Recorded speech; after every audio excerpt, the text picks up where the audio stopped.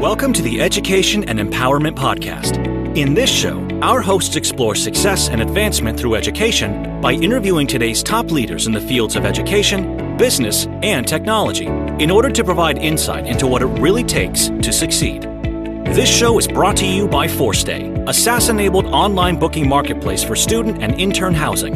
ForStay provides turnkey, all-in-one cloud-based accommodation software solutions for colleges, universities, and organizations. Learn more at offcampus.forstay.com and landlords.forstay.com. All right, let's get into the show.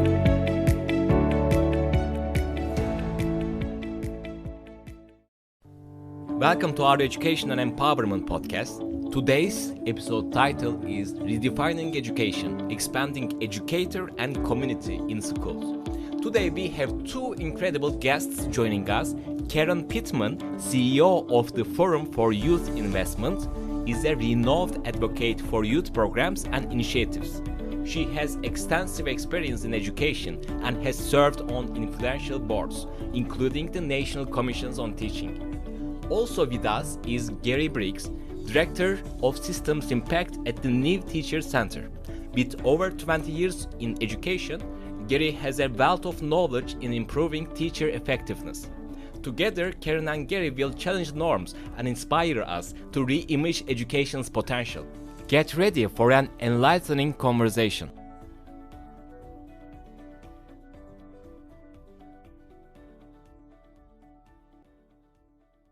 Good morning and welcome to Education and Empowerment Podcast.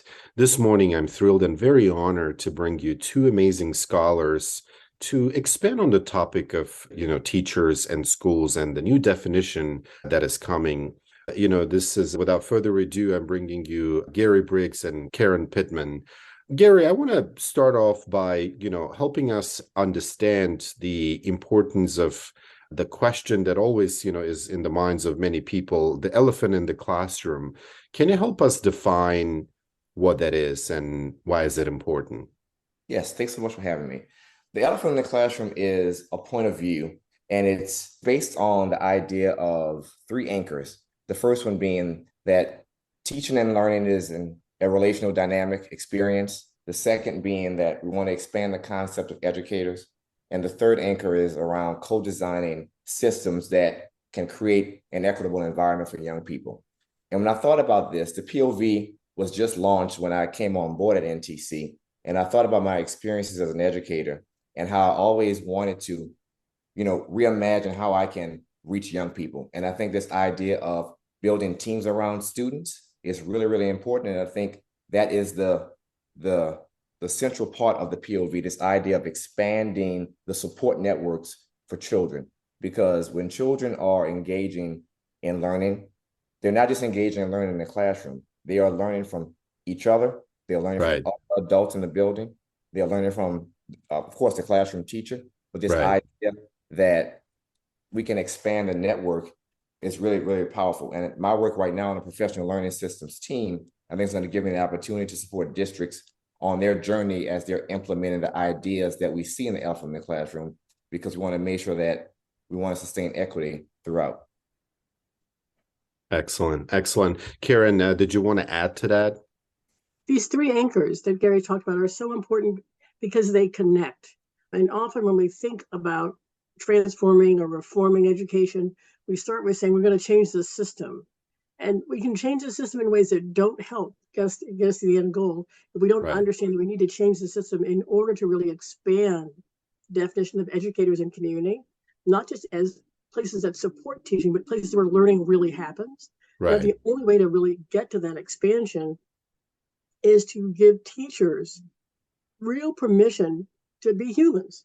And so this idea of humanizing education, embracing the human aspect of it, and giving teachers time to build relationships, time to build trust, time to explore the young people's interests, and not see that as in opposition to what they're supposed to be teaching.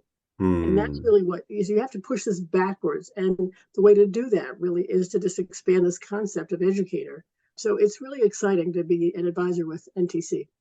That's amazing. You mentioned something very, very important is the whole, concept of reverse engineering sometimes in order to discover how to change something. I wonder if you can, expand on maybe sort of like the, traditional idea of a teacher, because we always been sort of, informed that, the best learning happens from the teacher. Like you have to learn everything from teacher. But, Gary, you mentioned something also very important, that sometimes people learn from each other. So, Karen, I think we would be interested in learning, what was this traditional, idea of a teacher, and why does this need to be expanded or changed? Well, the traditional idea of a teacher, as it was set up 100 years ago, Right. was very different from the idea of what natural teachers did in their communities. So when you were in a community setting, you understood what young people needed to learn in order to be productive citizens in that community. And Right. then you found natural ways to support that learning, which was Hmm. more experiential learning, apprenticeships. They learned what they needed to learn in the context of their community. When Right. we decided 100 years ago that there were certain things that everybody needed to know, that their parents didn't necessarily know, reading, writing, and math. So we decided that we needed to have a population that was better informed than the Mm-hmm. generation before them. We set up this structure called school. Mm-hmm. And in order to make sure that we could teach all these kids something that they didn't have before, we chunked it into little tiny little pieces. So the Right. instructional model is we're going to take what we think kids need to have, we're going to package it into ways that are very uniform so we can train teachers, a lot of teachers very quickly to do this. And in Mm. doing that, we really sort of segmented learning in such a way that we got the basic goal that kids learn to read, they learn to write, they learn to do math, but they didn't learn to do that in a way that really embraced who they were and what they were doing Mm. and supported their interests. And so when you look at surveys that are done, not just of parents and of people in the community programs, but of teachers themselves, and you ask why are out of school time experiences, why are these Mm-hmm. community experiences so important for young people to have? Teachers tell you that's where they actually get the love of learning. Yes. That's where they can explore their interests. That's where they Mm. get to be their best selves outside of the classroom. The elephant in Exactly. the classroom is the fact that we've really created this inequitable space because we push learning out of the classroom. Mm-hmm. Wow, that's very interesting. And Gary, I think you see the same thing on a day-to-day basis as, when some of the students are maybe, in classroom right now, but then they ask, additional time, maybe with you or, with others. Can you expand on that from your experience too? Yeah, absolutely. I think this idea of simply, it's not revolutionary. Listen to children, Mm-hmm. listen to educators, listen to the stakeholders that surround the young person, Mm-hmm. and truly understand each other's perspective because everyone has a different perspective around the student. Right. If you can leverage that and really hone in on that and say, okay, I see why you see that about the student. Let me engage Mm. you. That's going to inform me as a classroom teacher because now Right. I'm going to use those will become my tools, Right. your toolkit. And it's this idea around leveraging that, but also setting goals and being specific about goals. Mm. I think about when I was a classroom teacher and the school would say, okay, 80% of the students are going to perform basic or above on the Right. state test, right? Whatever. But there's this idea of okay and right. So Mm. how do you goal set together in a collective sense, in a collaborative sense? Because I think when you sit down and say, okay, what do you want for the young person? What do I want for the young person? Let's meet in the middle. Let's figure out how we can really hone in on that and move forward together because everyone at that point is going to be invested in the goal. The goal Right. should not come from top down. The goal should be Mm. together, collaboratively, because everyone's going to have a plan, a game plan to move the child forward. You also want to make sure that it's not just adults setting these goals. You want to make sure you're including the young person too, because they have Right. aspirations about their lives, they have goals, they have dreams. You want to make sure that you are really including them in the process too, because it invites everyone to move things forward for the young person.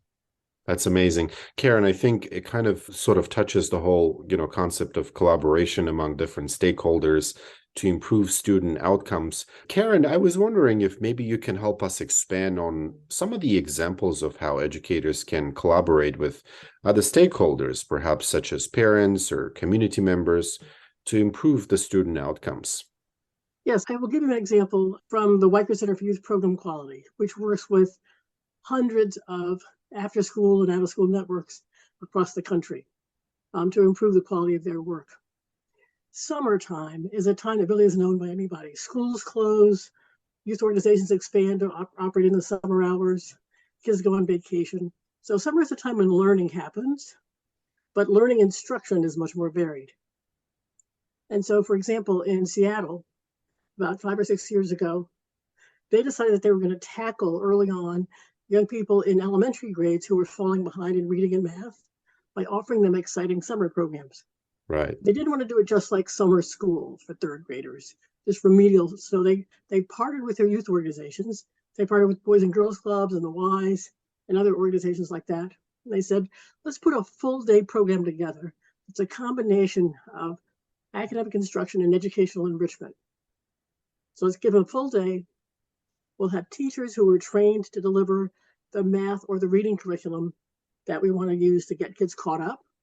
But we'll also have them paired with youth workers who are prepared to put all this into an enriching context of play and fun and instruction and interest-driven work. We did that. The program was overall very successful. Kids came, they attended regularly, and you saw growth in their performance. Mm-hmm. The interesting thing was that because the Weicker Center was already collecting data on the quality of the youth programs, so this was not about them going in to change the quality. This was they knew which programs were high quality. When you look at the difference between that model, blending a teacher with a youth program provider, with a program that was already high quality versus one that was lower quality, you saw a huge difference. Everybody gained. But in the high quality program, where there was more attention to relationship building, to making sure there was interest-driven activities, to make sure young people were challenged correctly and building relationships with each other, you saw 5 times the academic growth.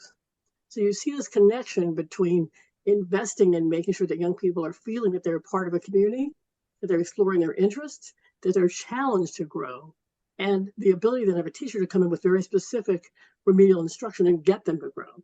And that's the challenge that we have with this elephant in the classroom, that our very traditional assumption that you have to drag kids along on a very linear path towards growth just doesn't make sense. They can grow much faster if they're engaged. That's a very good answer.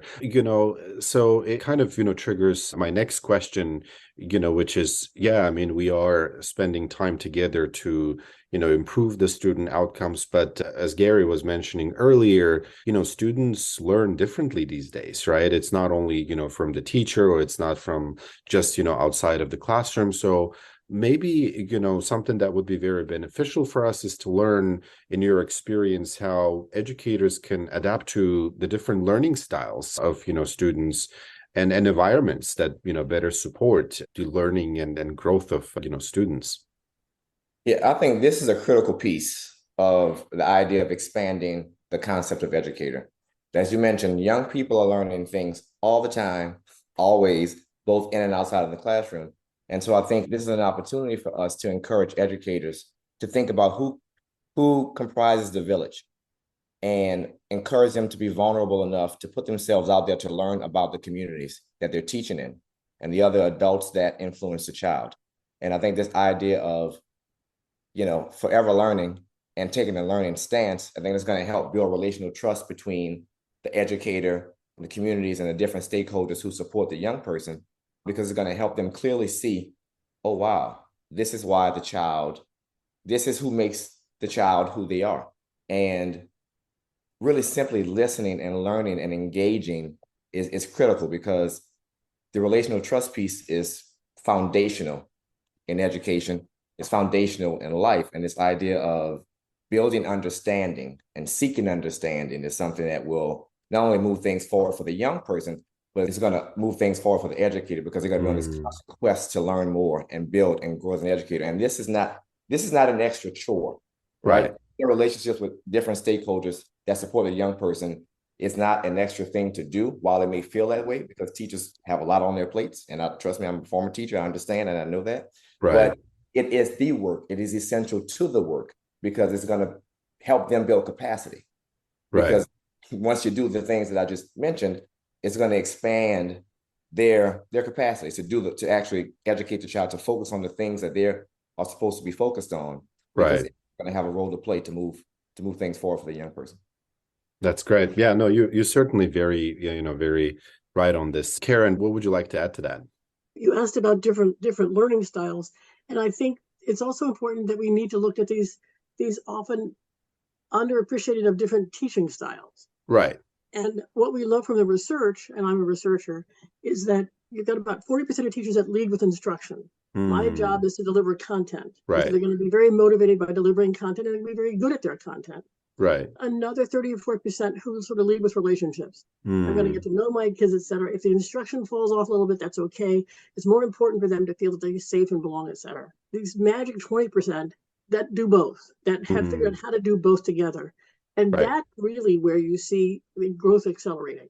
But the interesting thing is that when you look at it over time, even though the teachers who focus on relationships may not get their kids out at the top test scores, their kids overall are more successful because they put them on a trajectory of loving learning and trusting their interests rather than just passing the test. Right. And in the short term, having teachers just focus on, I've got to get this amount of content into these kids' heads in this amount of time, they can achieve that goal, but it doesn't get us the long-term youth success that we're looking for. Interesting. It's sort of controversial to student learning versus, teaching styles. I wonder if there is a centerpiece around this, perhaps technology that, might be helpful in accelerating that process. You did mention about, content. How could technology be leveraged to, support, student-centered learning, I guess, is the concept, right? Gary, would you like to take on that? Sure. So I think this idea of like meeting young people where they are, right, and engaging with the tools that they use, right, that they currently engage in is important. Right. But I think with this question is making me think about opportunities to educate parents and caregivers, right, about the technology, right? Because there are a lot of tools out there that teachers use to engage young people in the classroom, and sometimes they take that technology home and they use it.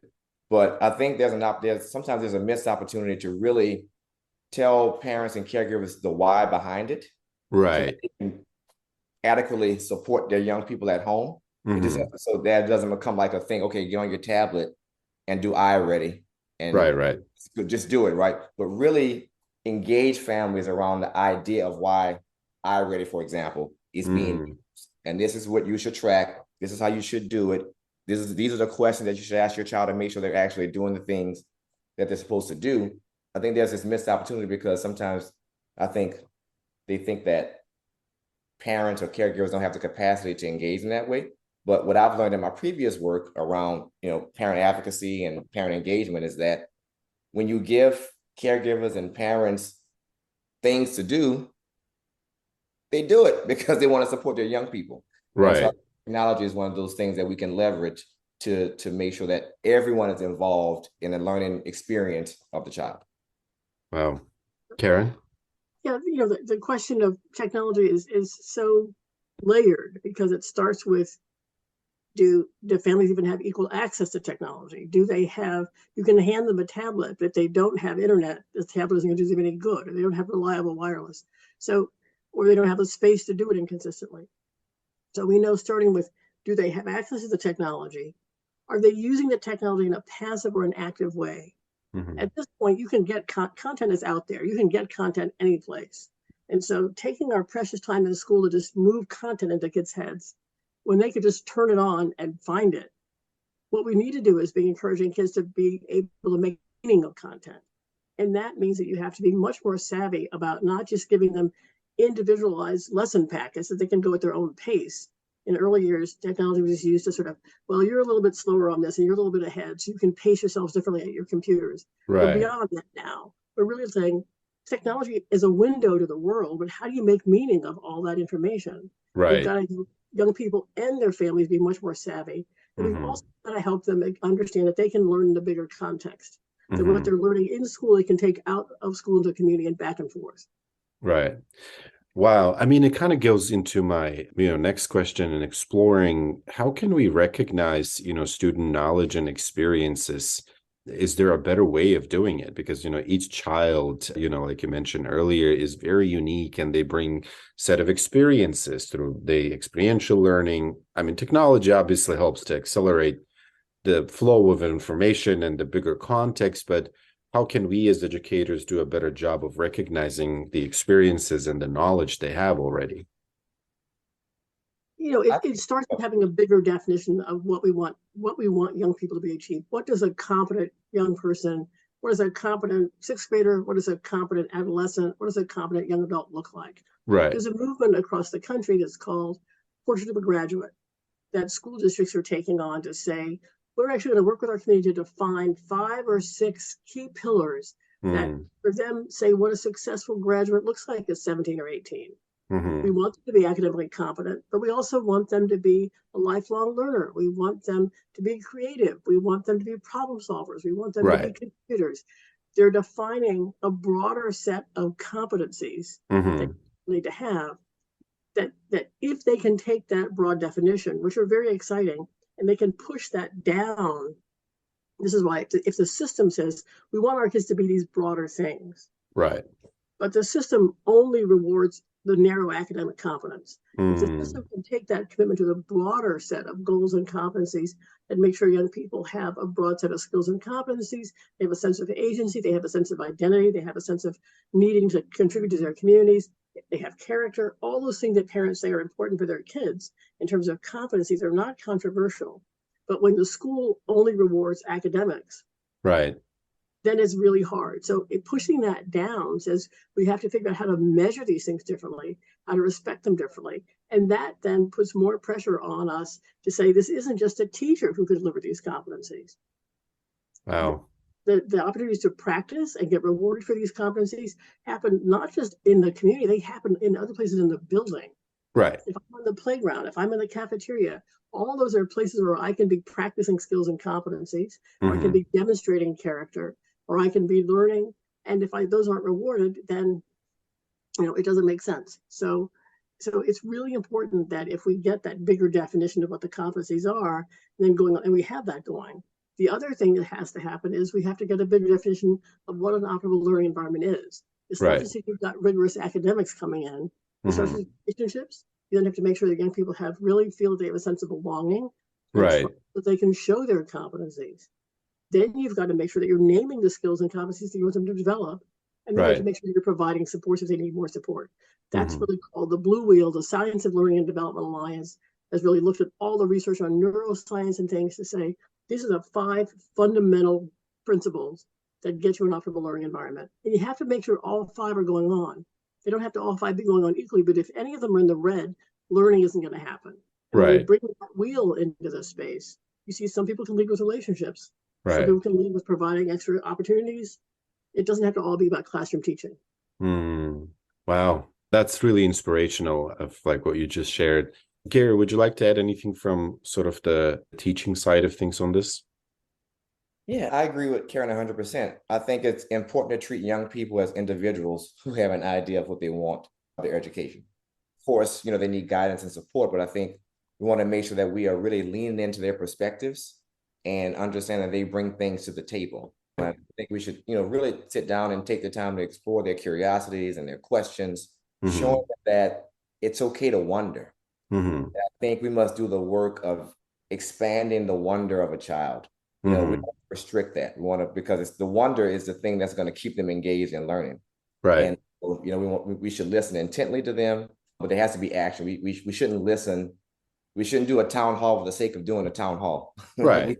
we should listen to them with the idea of incorporating their feedback around how they want to learn, right? And building this community together. Like learning is reciprocal. I'm a teacher. I'm learning just as much as you're learning. This idea of for learning, right?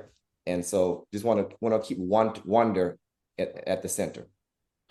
That's really good. It kind of reminds me of this old, I think it's an African saying that it takes a village to raise a child. I mean, it's not just, one educator, it's the entire ecosystem. It's like, so many different, stakeholders that need to be involved in order to help a young person succeed. So in doing so, one of the questions that comes to my mind is, is there a chance for us to broaden the definition of stakeholders in the school ecosystem to better support these young people?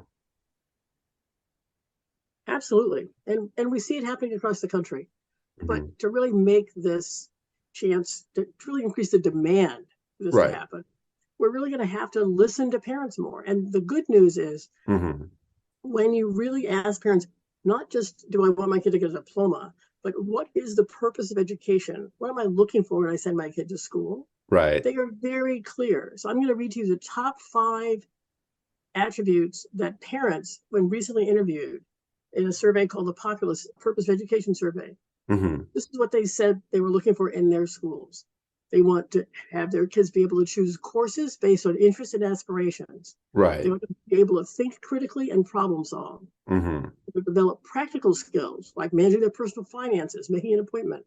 They want them to be evaluated by demonstrating the understanding through classroom-based projects. In other words, I want them to show that they know what they're doing, and they want them to Right. demonstrate character. That's what they're looking for. They don't actually find that those get those things in school. When you ask, do your schools give you those things? Right. The answer is no. But we still Mm. send our kids to school because we have to. We send our kids to school because it's where they go during the day when we go to work. There are reasons why we send our kids into this box called school. But Right. nobody's really, really satisfied with that box. We just Mm-hmm. haven't figured out how to come up with a way to change the box. Right. We do things around the box. In Mm-hmm. this country, $200 billion a year is spent Mm-hmm. on parents supplementing learning activities for their kids. Mm-hmm. Send them to school during the day, and then we spend another $200 billion giving them supplemental activities in after school and summer and buying them online courses and doing things to get learning to be exciting for them. Not Right. just because they need more time, but because what's happening in the school day isn't exciting enough, isn't interest driven enough, isn't challenging enough. Mm. Wow. Very, very to the point. That's great. Gary? All good. Amazing. Well, I'm thinking, now that we've talked about, sort of the engagement of the broader stakeholders and that definition, I wonder if the, new teacher center or, your affiliation, Karen, could give examples of successful partnerships between schools and maybe community organizations and how they playing out these days. Yeah, I think I'm based in New Orleans. I'm from New Orleans, and I think about this question makes me think about an interesting partnership in New Orleans that First Line Schools, it's a charter management organization in the city. They created this edible schoolyard. So they Right. have wonderful partnerships with local organizations that's dedicated to ensuring students eat healthy foods. And there's this idea they help families and young people reimagine how to eat.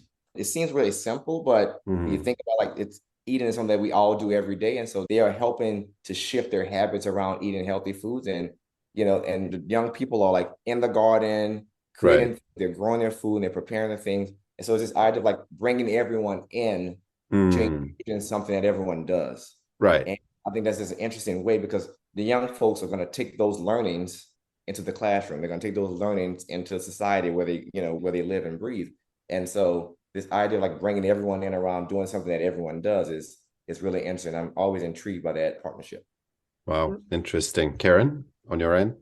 Yeah, there are so many examples, but I'll give you an intriguing one, which is going back to the idea that we really need to give the classroom teachers a permission to expand their universe first. Oh, So wow. at Arizona State University, they have something called the Next Generation Workforce Initiative. And what they've done is to say, the classroom teacher is so isolated. The idea that I've got a single teacher with 25 kids in a room, or that I'm a single subject matter student in secondary school, I get to get there 45 minutes and that's it. Right. Learning is communal. We need to start by putting teachers in teams. So they Right. put out a model that says, let's take, in elementary grades, let's take 4 classrooms, let's put them together. That's about 100 to 120 kids. Let's put those kids together. Right. with their 4 teachers. Let's pull out one of those teachers and substitute in some community educators, some people who can come in to be more relationship-based, to be from the community, to be supporting the education more broadly. Now you've got a bigger unit that if one of those people is absent, it's okay. We can cover for them. You don't have to have a substitute teacher come in and teach that class because I've got 4 other people who already know the kids who can just come in and take. And it also then lets you sort of have differentiated expertise. Right. I may be leading with instruction, you may lead with relationships. I may like math, you may like whatever, but we can put our expertise together as a group. And so as you have teachers learning to be a community, working with community educators, that just makes it easier for those community educators to then take those relationships out into the community with those kids. Right. So you're getting this, not just we have kids in school and in the classroom. When the bell rings and they leave the classroom, something happens until they get to their next classroom. We don't really care about what that is. Then when the bell rings for sure at the end of the day, they go out into the community and something happens. This is saying everything is important. All those spaces are important. And so you have people like student success coaches who are relationship-driven people in the building, but often supported by nonprofit organizations who are sending trained staff into the building to build relationships with kids, to ask them what do they need to be successful, and then help them find those services and find those opportunities. Those people are a part of that team. And so we're recognizing that you've got to give people different responsibilities for parts of that blue wheel in order to get optimal learning. You can't just have one teacher in one classroom saying, I'm going to optimize this whole thing. Right. You have to have a collective mindset. And I think that was a very beautiful example that you brought in here. So in that process, I think, when you're looking at potential challenges that may come, or the barriers in expanding this, concept of, educator, community and the schools, have you seen any beautiful examples that you can share with us on how they can be addressed? I think one of the challenges is a shift in mindset. And I think I touched on this a little bit earlier, because I was reflecting on my experience as a teacher, as a classroom teacher, is that we have to encourage educators to realize that this isn't the extra work, right? This is actually the work. And, when they reach out to others in their immediate networks, it just makes their day-to-day flow smoothly. It builds their capacity to imagine what's possible for not only themselves as an educator and growing their professional career, but what's possible for their for the students that they engage with every day. And again, like this isn't the thing that you check off the box. This is this is embedded in everything that an educator does in terms of engaging and expanding the idea, because again, you want to leverage the perspectives of those that influence the child. And, it's just going to build their capacity to become more effective as a teacher. And, once they realize that piece, that it's not an extra thing to do, and it is a thing to do, I think the system itself can be reimagined and changed for the better. That's right. That's right. Karen, would you like to add to that? Yeah, there's for people that are curious about examples, there's an organization called Education Reimagined, which is literally reimagining education. And what they have done is to really build a network of schools, of people who are responsible for young people during the school day.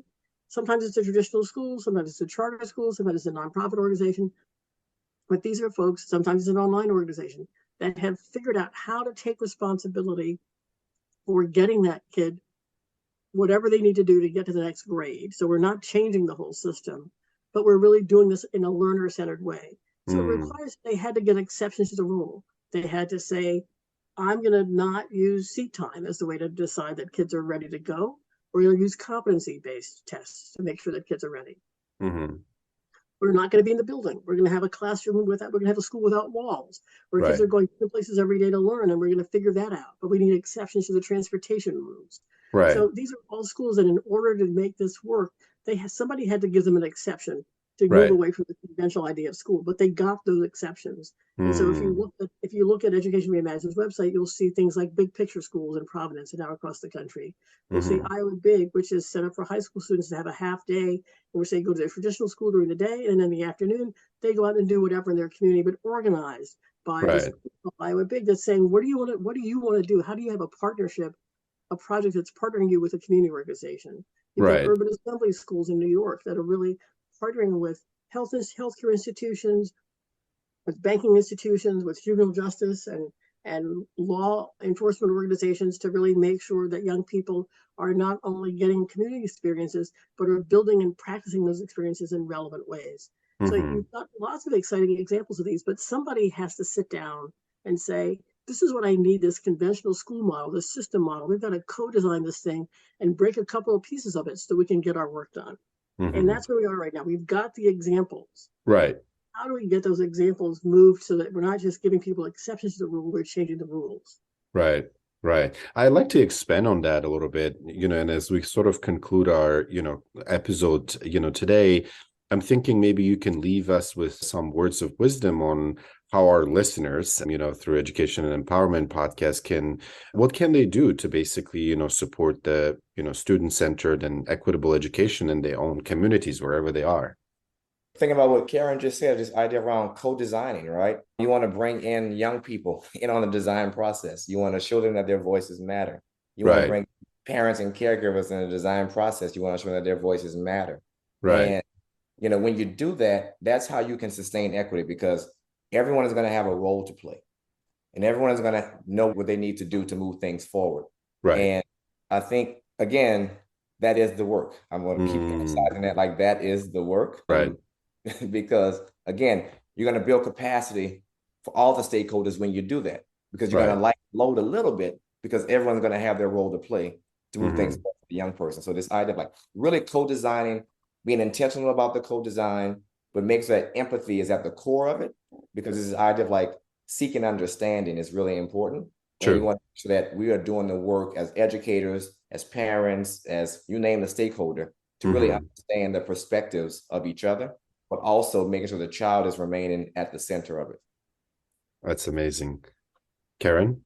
Yeah, I think a lot about this question, because I think in order to really get our schools over the next hump into the vision of what school really can be and should be, right, we're going to have to generate a level of demand for this. We've got the dissatisfaction, but it's sort of complacent dissatisfaction. We've got to generate active demand.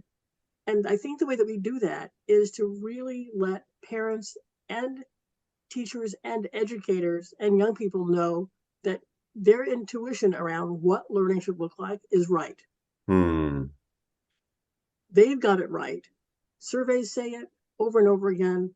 And there's a force there that if we start to say, don't just go to school and ask how you can help, go to school and tell them what you know about how learning happens. Let's flip this around and say, where is learning happening in a way for us and for our kids that we like it? And bring those examples into the school to say, we want more of this to happen during the day in the building. So that idea that you've got parents assembling learning outside of school in their own time with their own resources, take that power and say, we're getting our kids things that we like and they like better than school. True. We want to figure out how we bring these ideas into school. Wow, that's mind-blowing. The whole, idea of, co-design and, having, parents be involved in a level that actually pushes, through the system, because at the end of the day, as well as students, parents have, almost equal power to change the way learning happens. I personally have really enjoyed listening to your stories and words the wisdom that you shared with us. And, as we conclude this episode, I hope that our listeners have equally found it, useful, and that they can take these, takeaways from the experience that you have to their own respective communities, and they will continue to educate and empower their communities, their families, and their networks. Karen and, Gary, this has been mind-blowing. Thank you so much for your time.